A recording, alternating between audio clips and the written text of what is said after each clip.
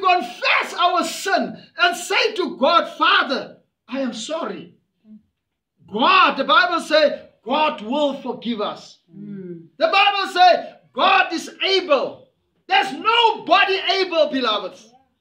If you bring your sin to me, what must I do with it? What must I do with your sin? Because I've got mine. Hey. There's something that we don't want more. That one we don't want more. We have enough already. So if you bring it to me, you bring it to the wrong person. Hallelujah. Amen. It will still remain because you have taken it to the wrong person. But when you take it to God, hallelujah, you lay it at the feet of Jesus and you ask God to forgive you in the name of Jesus. That sin will be taken away. Hallelujah. That's the reason Jesus came.